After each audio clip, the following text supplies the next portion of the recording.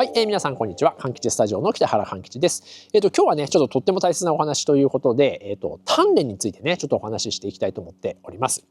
特にね、このチャンネルでメインテーマでお伝えしているね、大統領合気呪術や、気候法、あるいはね、仏教でいうとこの知恵の悟りに、ついてのね、鍛錬のね、お話になるんですけども、実はですね、この鍛錬というのは、一番大事な、秘伝になるんですね。よくね、例えば武術の世界だったらですね、例えば合気の技術とか、気候法で言えばね、気の運用みたいなですね、表面的なね、この技法や、ある種のテクニック、そういったところはどうしてもクローズアップされてしまうんですけども、ただ一番大事なのはそれを身につけるためのですね、鍛錬方法、練習方法ですね。そして同時にその、鍛錬をどうしてやるかっていうですね、鍛錬理論になるんですね。ここがわからない、あるいは知らないとですね、表面的なね、技法みたいなものは知れてもですね、本質的にね、それを身につけることができないということで、とっても大切な内容になります。そんなことをですね、今日ちょっとね、時間をかけてお話ししていきたいと思っておりますので、ぜひ最後までお聞きください。はい、それでですね、ちょっと鍛錬のまず概要といいますかね、前提のお話なんですけども、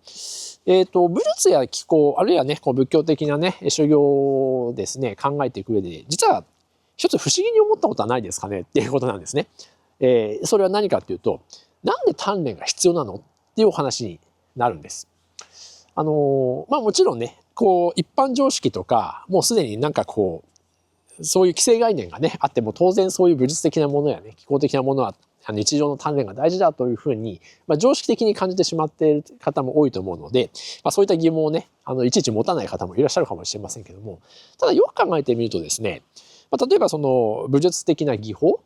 大統領で言えばこの合気のような技法はですね、あくまで技ですからテクニックみたいなところなんですよね。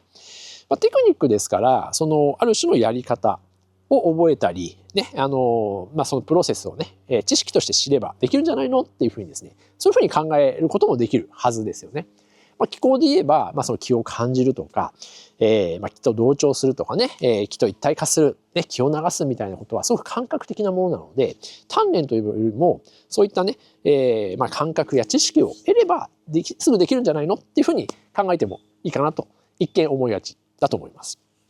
あるいはね、さらにね、もっと概念的、抽象的なね、この、仏教的なね、知恵の悟り、一般的に言うね、この悟りの世界みたいなものは、すごく意識の世界が、すごくね、重視されますので、こういう身体的なね、鍛錬とはね、関係ないんじゃないの？あるいは、別になくてもいけるんじゃないの？到達できるんじゃないの？っていうふうにですね、思いがちだと思うんですよね。というふうにですね、ちょっと前提を考えていただくと、一見なんていうんですかね、当然鍛錬は大事だというふうに考えがちなんですけども、それはどうしてこの鍛錬とこう理論的に結ばれるのかっていうとですね、なかなかこれは難しい話なんですね。なんとなく慣習的に鍛錬をやってて、そういう経験則でね、そういう感覚が出るっていうのはもちろん多くの人があると思うんですけども、ただどうしてこれをやるとそうなるのかっていうところをですね、やっぱりちゃんと知らないと、それはですね、なかなか本質的な部分にですね、到達しづらい。あるいはね、才能のある人はね、そういうのをご自身で見つけるとは思いますけども、なかなかね、全員が全員、できるわけではないということですね。ちょっとその辺をですね、前提に考えながら、ちょっとね、見ていただければと思います。さあ、で、結論から言うとですね、その武術的なもの、武術の技法、それから気功法、中国武術もそうですよね。それからこういう仏教的なね、修行もそうなんですけど、やっぱりですね、日常の継続的な、そしてある種時間をかけて練り上げていく鍛錬が絶対に必要ですというのが、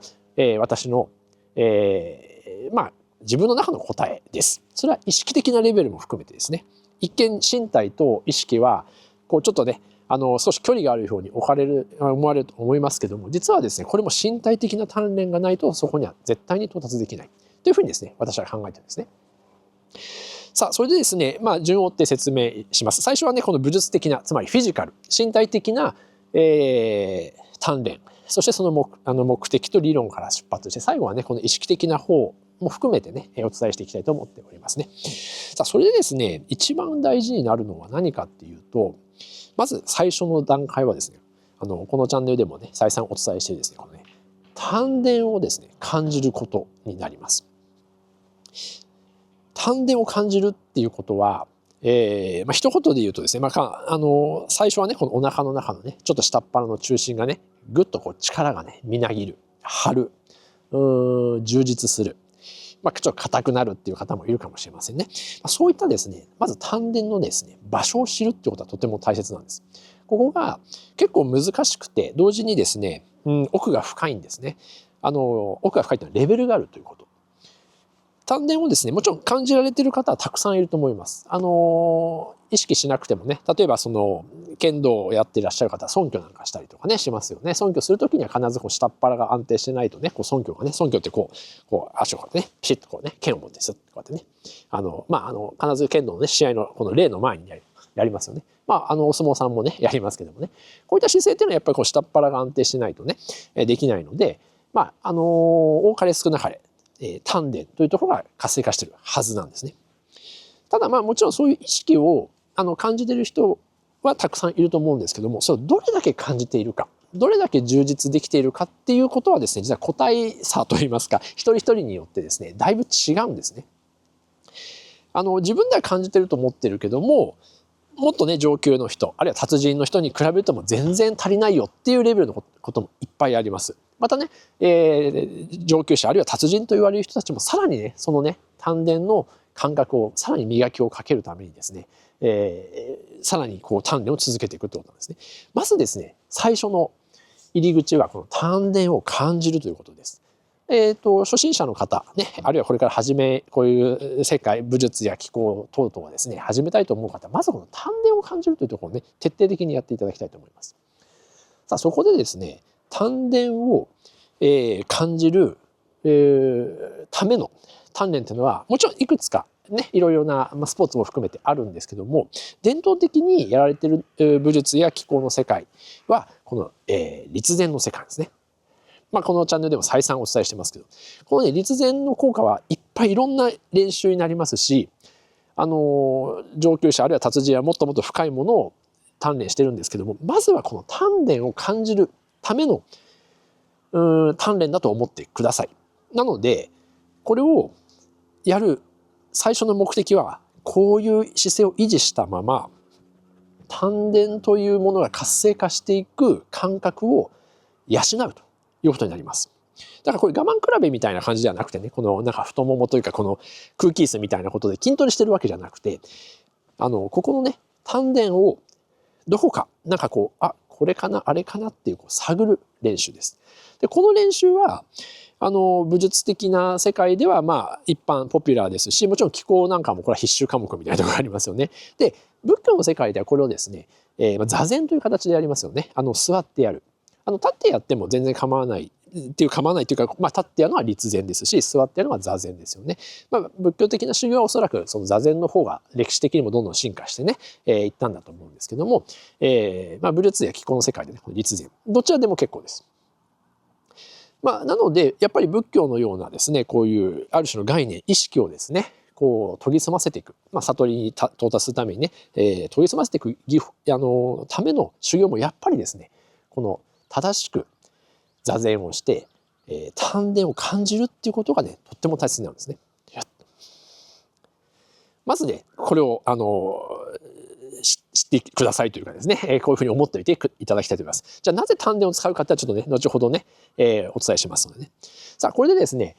とにかく丹田を意識する。ね、意識、したらですね、こういう姿勢の状態なんだけども、これね、多少崩しても丹田を感じられてる体を意識していきます。極端に言えば、日常生活の中で、もう、なかなか難しいですけどもね、丹田をですね、感じ続ける。というか、それは日常化すれば一番いいんですよね。ただ、なかなかそれは難しいので、こういう状態をですね、この立前状態をですね、鍛錬の時は、時間をなるべく長くやる。長くやるんです。人間っていうのはですね、鍛錬というか、そのやっている時間が長ければ長いほど、当たり前なんですけども、体に染み込んでいく。意識の中では潜在意識に入っていく。日常化するっていうことですよね。どんなスポーツでもそうだし、習い事でもそうですよね。継続的にやってると嫌でも体に染み込んでいって、最後は無意識でもできるようになる。例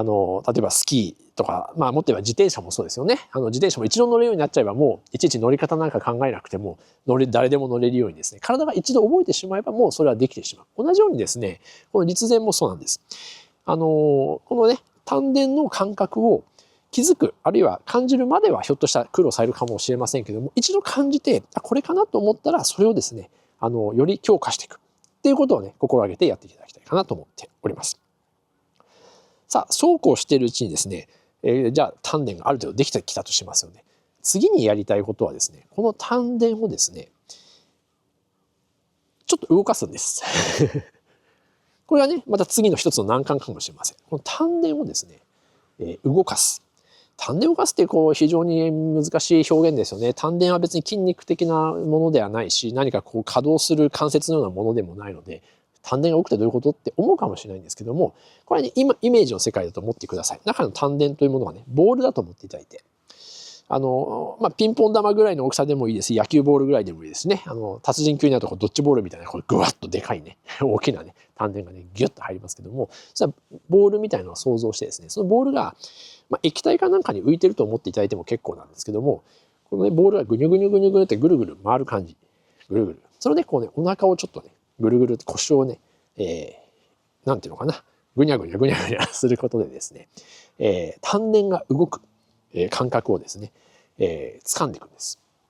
最初は、いきなり大きくじゃなくて全然いいです。この立前で感じた丹田がちょっとね、ちょっとなんかこう、くぬっくぬっと角度が少し変わるぐらいで全然結構ですね。そのうちね、こうぐにゃぐにゃぐにゃぐにゃとこう腰振りダンスといいますか、フラダンス的なね、イメージで全然結構ですよね。ぐにゃーって。これがね、すごく大事。で、この動きをするためには実はですね、まず股関節がね、硬い人はですね、ちょっと難しいので、股関節をね、緩めることは大事です。裏を返すと丹田を動かすということは股関節を緩めざるを得ない。緩めざるを得ない。それから腰ですね。腰も緩めざるを得ない。それから骨盤や、尾てい骨、仙骨と言われるあたり、それからこの腸あたりの内臓器、こういったものもぐにゃーってやらないとですね、なかなかこの丹田がですね、こうぐにゅーってこう動いていかないですね。ギュー、ギュー。で、逆にそのね、なんかこう緩めて、しかもこう丹田感覚があって、それがなんかぐにゃーってなんかちょっとなんとなく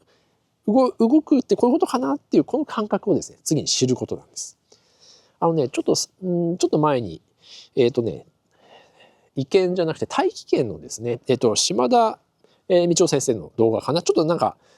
たまたま、動画上にあってですね、拝見したんですけど、まさにね、最初こうやって綺麗に立演されてるんですよ。大気圏っていうのはですね、もともと腸植物の意見というね、芳香細老子が、メインといいますかね、大気を作られた、非常にもう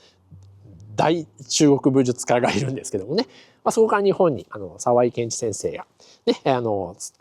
えて大気圏という名前でね、で大気圏の世界、私は全然ちゃんと学んだことはないんですけど、この立前を非常に大事にされている、武術流派でしてね、そこの立前なんかもまさにこうやってそのうちですね、その動画の中でその島田師範がですね、島田先生がですね、これを少しずつね、ぐにゃぐにゃぐにゃぐにゃってやってるんですよ、こうやってね。ぐにゃぐにゃぐにゃぐにゃって。ぐにゃぐにゃぐにゃぐにゃぐにゃ。で、そのうちちょっとこう動きながらですね、ファーってね、ファーってこう、ちょっと動きながらこうやってやってるんですけどね。もし興味ある方は見ていただければね、いいかなと思いますけどね。そうやって最初はこう、ふっと静かにね、成功といって静かにね、こう、丹田を練ってますけど、そのうちだんだんこう動き始めてやってる。あれもね、まさにこの丹田をぐにゃぐにゃぐにゃって動かしてるね、練習になるんですよね。さあ、ということでですね、最初、第一段階は丹田を感じる。続いてですね、第二段階は丹田をですね、動かすということになりますね。じゃあ次、第三段階は何かっていうとですね、この丹田をですね、少しずつ今動かした丹田を腕とか足とか、体の全部位にですね、伝えていくっていうですね、そういう意識の練習になるんです。これもね、やっぱり第一段階までちゃんとできてないと非常に難しいんですけども、ぐーって置いたら、このエネルギーがですね、手にね、最初は手で結構です。こう伝わっていくイメージをしてください。ぐにゃーっと。ぐにゃー。つまり丹田のエネルギーを全身に伝達するっていうことですね。手だけじゃないですよ、もちろん。首から頭にも入っていきますし、こう肩もそうですし、胸もそうだし、腰から下ね、膝とか足とか、これ全身のこの四肢末端までですね、伝えていく。最初はもちろん丹田から近い部分がね、伝わりやすいですよね。当たり前だけどもね。それがだんだんこう遠くに。だから指先とか足先とか頭のてっぺんって一番遠いから難しいんですよ。そこまでギューって伝えなきゃいけないからね。ギューって伝えなきゃいけない。ギューって伝えなきゃいけない。このね、伝えるっていう考え方は、非常にこの武術的あるいは気功的な世界ではとっても大切で、関節力ね、いわゆる中心から出てくる力なんて言いますけどもね、これが一つの武術のですね、や気功の力なんですね。で、この感覚のことをですね、一般的に、初歩のレベルになりますけど、気を流すという話になります。つまり丹田のこの動きがずっと伝わって四肢末端にこう伝わっていく。この時に流れる体の感覚が、物理的にな名前はあまりされてないので、これをとりあえずね、伝統的な言い方は気の力って言いますね。気の力。もちろん中国武術で言えば気力という名前をね付けられてますし、合気道的には呼吸力とかね、中心力とかそういう言い方もあります。大東流合気術、佐川派のね、大東流合気術では透明な力、ね、佐川幸義総藩の、表現では透明な力って言いますけども、丹田の力がぐにゅーって近づいてくる。でちょっとここで考えていただきたいのが、よくね、武術や気功の世界ではですね、この手だけで動くっていうこととか、足だけ動くっていうのはですね、良くないと。スポーツもそうですよね。そういうテレフォンパンチじゃないですけども、一部の部位だけで動くっていうのはあまり良くないっていう考え方があるんです。大きなエネルギー、あるいは素早い動きができないと。これちょっと工学的にですね、表現するとですね、例えばね、この手だけがこうやって動くっていうのは、ここの部分だけがね、動いてますよね。もちろんこの筋肉がここを引っ張って、ね、こういうふうに動きますけども、工学的にはここにモーターがついてて、サーボモーターとかね、ステッピングモーターがついててですね、ここにウィーン、ウィーン、こういうね、ロボットアームみたいなね、ウィーンってね、こういう動きがありますよね。これももちろん、別に人間の動きだから、それで全然いいんですけども、筋トレはね、どちらかというとそういう力をね、つけてますよね。ここの筋肉、つまりここのモーターをですね、大きくパワフルなものにして、これウィーンってこうね、持ち上げる力。ね、この部位をね、強くする。それに対して、今のはモーター的なね、この直接なものを動かすって考えですけども、丹田は例えばですね、ここに巨大なエンジンを蓄えてですね、でエンジンっていうのは、工学ね、自動車詳しい人はね、すぐわかると思いますけどね、このエンジンの中に、ガソリンをね、霧状にして爆発させたエネルギー、それが全体に伝わってくるんですよね。駆動系のね、歯車、トランスミッションとかね、変速機とか、こう介しながら、最終的にはこのタイヤの主軸にですね、動力が伝達してタイヤが回るということになりますけども、ここのね、それもこの丹田の原理も同じで、ここのね、中心の丹田がギュッて動いて、それをね、いろんな伝達機構が体の中でこう伝えていくんです。ビビビビビビビと手先とか足先とかね、頭の上頭頂部の背中も全部ギューってつながる。なので裏を返せば、丹田がどんなにねバンバンってこうグワッとエンジンのように動いても、この伝達機構がまたできてないと、手先とかですね、足先、つまり車で言えばタイヤに到達しないんですね。タイヤとしての動力にね。なので、第3段階目のですね、鍛錬のですね、目的になるのは、丹田のエネルギー、この丹田をちょっと動かせた、つまりエンジンが始動したエネルギーを今度伝達させていくってことになります。伝達させていく。このね、鍛錬法、中国武術で言えばね、やっぱり一番いいのは多分太極拳かなと思いますね。これをゆっくりね、伝達させていくんですよね。こう、末端に、そういう意味でね、太極拳でも本当に素晴らしい、よく考えられた、この丹田を練って、それをね、ゆっくり、早くやっちゃうとさっき言ったように、モーターでこういきなり動かすようにね、ビュッてこう、個々のね、末端だけが動く動きになっちゃうんですけど、伝えたいのは動力伝達なので、いわゆるこう、太極拳ってね、いろんな流派の太極拳ありますけど、もう原理として、統一されてるのは、要するにこの丹田から出るエネルギーが、ーっとこう、末端までね、で、またこれが、こう、丹田に戻ってきて、いろんな動きありますけどもね。で、こういう、やっぱこれはすごいなって思いますね。こういう動き。これも丹田を末端に伝える。末端に伝えていくという動きですね。で、例えばそれを大統領合気呪術で言えば、これをですね、上げて、合気上げと通称言いますけども、佐川伝のですね、は上げてと言いましたので、要するにこの丹田からね、練ったものをビューッと伝えてですね、さっき、上げてというのはね、手をね、単純に上げる鍛錬なんですけどね、これも実はですね、一見手をただ上げてるように見えて、さっきのサーボモーターのように単体で動いてるように見えるんですけども、本来はこの丹田のエネルギーをね、ビューッと手先に伝えて、丹田のエネルギーで、こうっと上げる練習なんですね。だから、これは実はですね、やり方ではなくて、丹田のエネルギーがこの合気上げのですね、技法の効果に比例するんですよね。だから、技法が分かっても、いわゆるエンジンとなる丹田が弱ければ、やっぱり強い力に抑えられたらなかなか動かない。逆にね、このエンジンが大きいとですね、腕の力はそんなになくても、つまり腕の筋肉なくても、その丹田から来るエネルギーによってぐーっとですね、クレーンのように持ち上げるっていうね、ことになるんです。その大統領の、基本的なね、鍛錬である実は上げてはですね、少なくとも佐川伝は、この丹田をね、末端に伝えるね、技法だと思っていただければ結構です。さらにね、足も伝えなくてはいけません。足もね、さっき言った太極拳、あるいは植物的な鍛錬、方は非常に優れていて、足も同時に、鍛えるんですよね。よく太極拳でゆっくりイエーってこうやって足をゆっくりビエーってこうやって低い姿勢とかありますよね。こうやってね。ビエー。こういうのも、要するに今みたいな動きも、単純に足をよいしょって下ろしてんじゃなくて、その丹田からビエーっと足にギュー。足にギューッと丹田のエネルギーでビューってゆっくりやることで、ここからね、これも足の筋肉ではなくて丹田からギューッとビューゆっくりビュービュービューって要するにってこういうふうに足にね、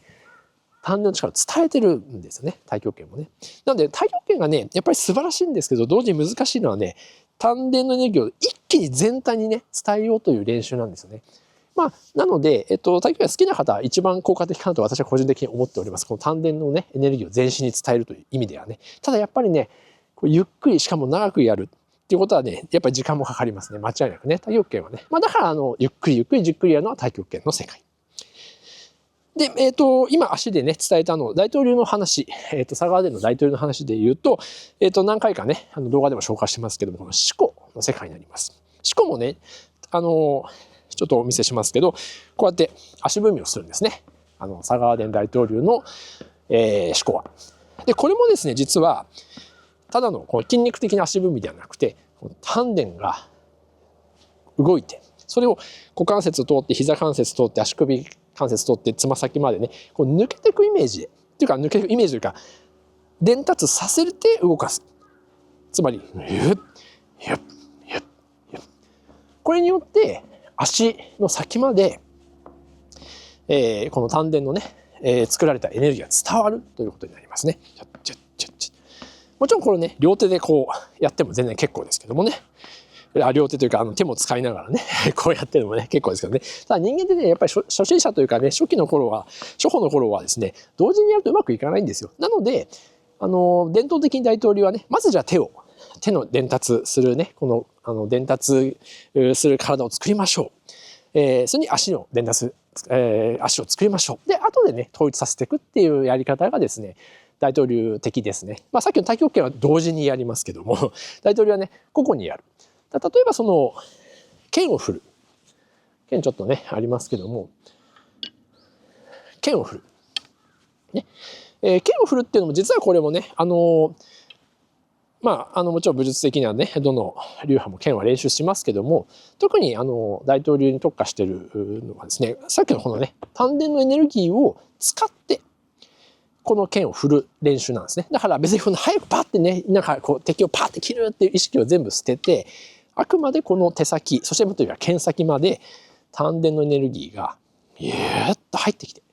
て、これをゆっくり。だから本当にね、こんぐらいで全然結構なんです。ちょっとどうしようかな、横から。こんぐらい。もう意識でね、丹田がぎゅーっと腕に伝わってヒュッヒュッヒュッ、こんな感じですね。要するに丹田のエネルギーを使って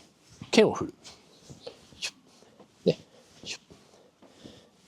まあ、でその動きがだんだん、自由になってくる。自由になっても、あくまでこの動力は丹田を使ってますよってことなんですね。何をやっても丹田を使う。これちょっとね、自由鍛錬になるとちょっとまた分かんなくなっちゃうので、このぐらいにしますけど、あくまで剣も、丹田のエネルギーを使って振る練習になります。はい。さあ、そこまで来たら、ちょっとそれでですね、なんで丹田を使うのという疑問も多分出てくると思うんですよね。丹田の理屈もわかるけども、別に筋肉を筋トレして、そのパワーでやればいいんじゃないのとか、あるいはそっちの方が楽じゃないの、そんな太極拳みたいにゆっくりして時間もかかることよりも筋トレしてパワーつけて、やった方がいいんじゃないのっていう考え方あると思うんですよね。そこでですね、この筋肉的なパワーの質と丹田からね出るねちょっとね、パワーの質、ちょっとその辺のね話をねしたいと思っております。結構今日は充実してますね。ですね、ちょっとね道具を持ってきました。道具というか、ただのですね木の棒とですね金槌になりますね。それでですね、これはねあくまで一例というかね、比喩的表現みたいなものになっちゃうかもしれないんですけども、例えばこういう棒でこうバーン叩くとかつくってありますね。横からの方が分かりやすいかな。こうやってバッてつくね。もちろん痛いですよね。これが例えば武術的な突きだとしましょう。バッてつくね。もちろんこれ痛いんですけども、痛いがゆえにねこう腹筋を作ってねこう効かないようにするっていうのがありますね。で皆さんぜひ試してほしいんですよね。こうパンパンってこういうねこういう何でもいいですが木の棒でも何でもいいので用意していただいてお腹を叩く。そうするとこの接触点がですねお腹に当たるの痛いんですけども、ぐっと頑張ってねこう腹筋で耐える。この痛さをまずちょっと感覚的に味わっていただきたいですね。次にですね、金槌がお家にあるかどうかは分かりませんけど、ちょっとこういうのを用意していただいて、こういうふうにやっていただきたいと思います。お腹にねこれをこう、棒を置いてですね、こっちを叩くんですね。こうコンとちょっとやってみますね。これを棒をですねお腹に当てといてポンとポンとね、そんなに強く叩いてないんですけど、さあこの感覚はですね、やっていただくと分かるんですけど、やっぱり質が違うんですね。これどういうことかっていうとですね、この棒をですねポンってね叩くと、もちろん表面痛いですよ。バーンってね痛いですよ。痛いんですけどやっぱ表面が痛いんですね。それに対してですねこの金槌でこうこの棒を置いてね感じでポンですとですね、こう内部に響くんですよ。つまり何が言いたいかというとですね、こっちの叩く方はね間接的な力ですよね。間接的な力。ここを叩くことでこの中にねこの棒の中にエネルギーが通って反対側に出る。これはね貫通力が生まれるんです。実は私の直接の師匠である吉丸慶説はこのエネルギーのことを一時はですね凍結力っていう言い方をしたんですね。凍結っていうのはですね貫く力っていう意味ですね。なんていうんですかね、エネルギーのっていうのはですね直接的にぶつけるエネルギーもあるんですけども、こう間接的にねぶつける時のエネルギーっていうのはですね中を響いていってですね、一言で言えば、貫通力が生まれるということになります。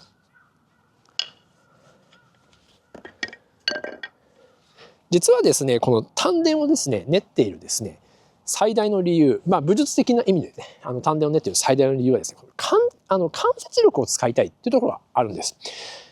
今のね実験というかですねデモンストレーションでお分かりの通りですね間接的な力を使うことで何らかのね自分の力をですね、貫通して使うことができる。特に武術や、武術、護身術もそうですけどもね力があまり人に比べて平均あるいはそんなにない、ね、あるいは自分の身をですね強いものからも守んなきゃいけない時にですね、同じね力を使ってるモーターで言えばですね同じモーターを使ってたらモーターの大きい方が強いに決まってるんですけども、今お見せしたようなですね貫通力を使うことでね、何かその危機をですね、別のエネルギーを使うことでですね危機を突破できるかもしれないということにですね端を発してるんですよね。あるいは多分この力の使い方はですね、長い歴史の中でですね、武術の練習やね、何らかの修行してた人がですね、体感的に見つけて、それがね、伝わってきてると思うんですけども、どちらにしてもですね、この間接的な力を使うことで、エネルギーをね、貫通力のあるものに使うことができます。さあ、先ほどね、からずっとやっているね、この丹田を練って、それを末端に伝えるっていうことをやってるんですけども、実はこれこそがですね、この間接的な力を伝えることになります。なので、普通のね、例えば末端の手をね、ポンってぶつけるよりもですね、丹田から出てきたエネルギーになってぶつける方が、先ほどの実験のようにね、貫通力が生まれるんですよね。このエネルギーをですね、活用したくて、ぎゅーっとですね、先ほど言ったようにこの動いている丹田をですね、伝達させて関節力を使うということになります。これはね、まず丹田を練るね、武術的な意味の最も基本的な考え方。ただね、じゃあそう丹田すごいじゃないか、丹田鍛えればもう貫通するんだな相手をって思ったら、それはちょっと早いね考え方でですね、いきなりねそういうふうに思ってしまうと、おそらくですねそんなに効果がないっていうのは、そう簡単にですね丹田はですね練れないんですね。強くならない、時間が非常にかかるんですよ。それよりは多分単純な筋トレというかね、部位を鍛えてる方がですねはるかに多分効果的。ただ長い時間をかけて練り上げていくと、ここは筋肉ではないので、ある意味年齢が年を重ねても強くなれますし、また時間に比例してね、ある種どこまでも、そのエンジンのパワー、丹田のパワーというのは高まるんですね。それはおそらく歴史のね達人たちが証明していると思いますね。高齢になってもね、ああいう俊敏な動きとか、若い弟子をねパーってね投げ飛ばす。ね、そもそも姿勢綺麗ですしね、ああいうのを今だに映像で見れますから、そういうものを見てもね、年齢が高齢になってもできるっていうのはね、ある意味歴史が証明していると思います。丹田はそういうね非常にね、簡単には練れないんですけども、じっくり練ることで、ずっとね継続的に成長することができるということをね覚えておいてください。さあ、そしたらね、次第4段階目になりますけれども、そうしたらですね、今度はですね、その末端に伝わっていくエネルギーを強化するっていうね、この丹田伝達力強化法みたいな話になります。そういう時こそですね、先ほどのね、剣とか自分の負荷をかけてですね、より丹田のエネルギーを丹田に負荷をかけてでも動かすっていう練習になります。例えばね、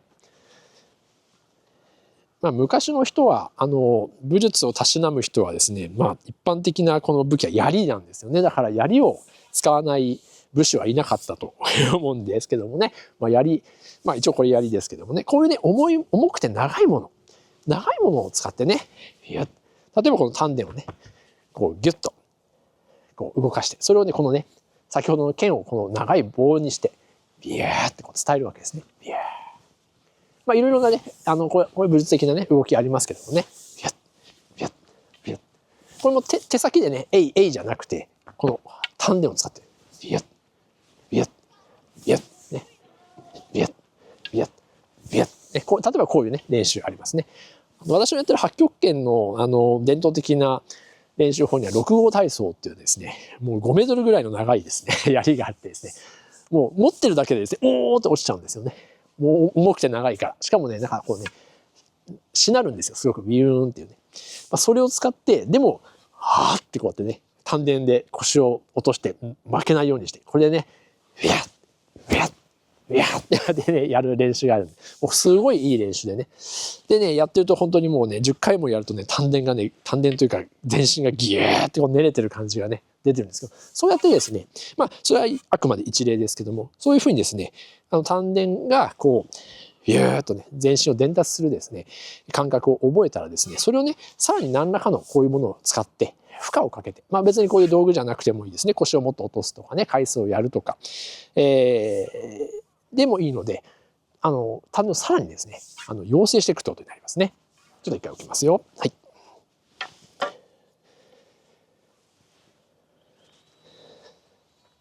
で、今お伝えしたようにですね、実はこの丹田はそう簡単に短期間ではですね、寝れませんので、やっぱり時間がとても大切なんですね。鍛錬っていうのはよくに、朝に3000、夕に8000なんていうね、言い方もありますけど、朝に3000回やって、夕方に8000回かな。まあ、要するに1万回、あるいは何でしたっけ。1000を持って単、万を持って連とする。あれは宮本武蔵かな。ちょっといい加減で分からなくなっちゃうんですけど。要するに単、連っていうのはそういう1000とか万とか、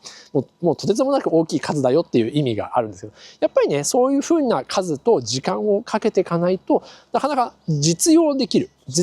レベルの、まあさっきの関節力にはならないんですね。そういう意味でも私も全然未熟です。あくまでね、これはもう、これからずっと人生やっていこうと思っておりますけども、終わらないね、世界になります。でも、まあ、それを逆にやっていれば、どこまでもね、上がっていくっていうのは、このね、鍛錬のね、本質だと思ってください。はい。さあ、というところでですね、一応前半のその武術の世界の鍛錬は、こういう力を使いたいというところになるんですね。さあ、ここから先はですね、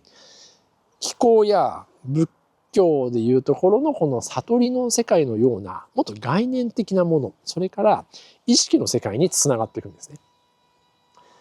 さあ、そこのお話をですね、するにはちょっと時間が長すぎましたので、ちょっと今日はですね、2回に分けてね、お話ししていきたいと思っておりますので、とりあえず今日これは前半というふうに思ってください。後半はね、さらに意識や、